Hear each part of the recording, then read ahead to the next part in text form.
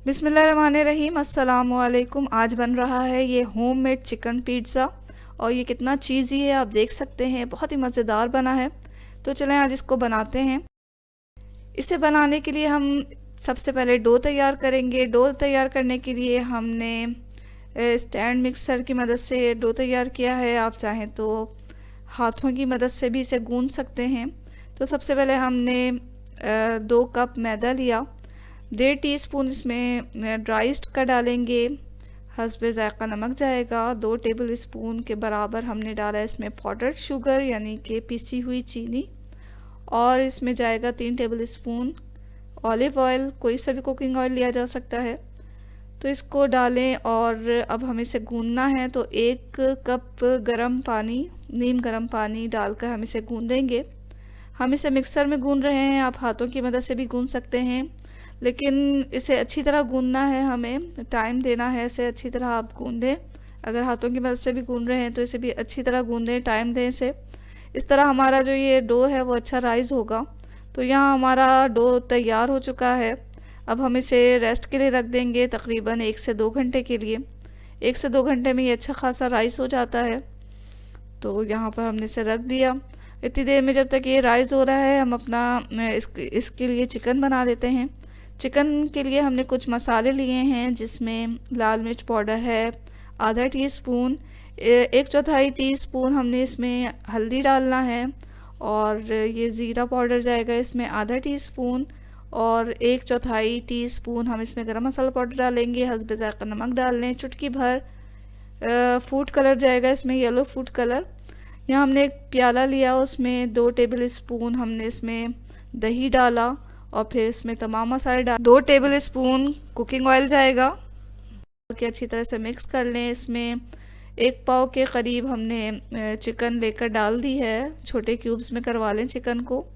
और ये हमने डाला, अच्छी तरह मिक्स किया। इसमें आधा टीस्पून हम अदरक का पेस्ट डालेंगे, आधा टीस्पून हम इसमें लहसुन का पेस्ट डालेंगे। अच्छी तरह से मिक्स करके थोड़ी देर के लिए रखें, और थोड़ी देर इसको मैरिनेट होने के लिए रखेंगे। फिर एक फ्राइंग पैन में इसे डालें और फिर इसे थोड़ा सा मीडियम फ्लेम पर चढ़ा के थोड़ा से चला लें और ढक के थोड़ी देर पकाना है, तकरीबन 3-4 मिनट ढक के पकाएं। फिर खोल कर हम इसे इतना पकाएंगे कि चिकन भी हमारी अच्छी तरह गल जाए और इसका जो तमाम पानी है वो खुश्क हो जाए। तो यहाँ देखें आप, तमाम पानी खुश्क हो चुका है। तो ये हमारा चिकन जो है वो तैयार हो चुका है। 2 घंटे बाद हमने देखा तो यहाँ जो पिज़्ज़ा का आटा है वो अच्छा खासा राइज़ हो गया है। अब हम इसे निकाल कर अच्छी तरह एक दफ़ा और गूंद लेंगे और फिर इसे बेलना है हमें। तो यहाँ हम बड़े साइज़ का पिज़्ज़ा बना रहे हैं, तो इसे हम बेल लेंगे और अपने पिज़्ज़ा पैन में अच्छी तरह बिछा लेंगे। तो यहाँ हमने पिज़्ज़ा पैन में बिछा लिया इसे बेलने के बाद।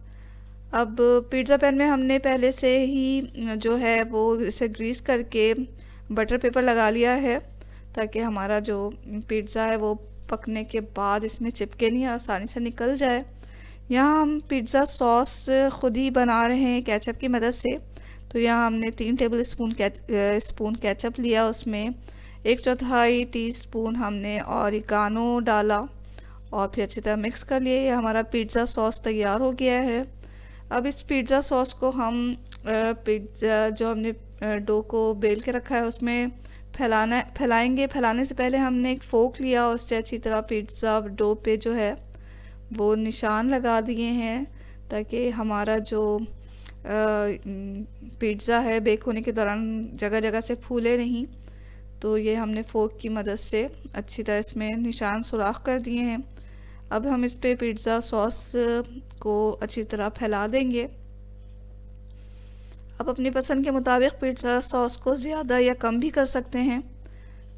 पिज़्ज़ा सॉस फैलाने के बाद हमने जो पकी हुई चिकन है वो अच्छी तरह इसके ऊपर फैला दी।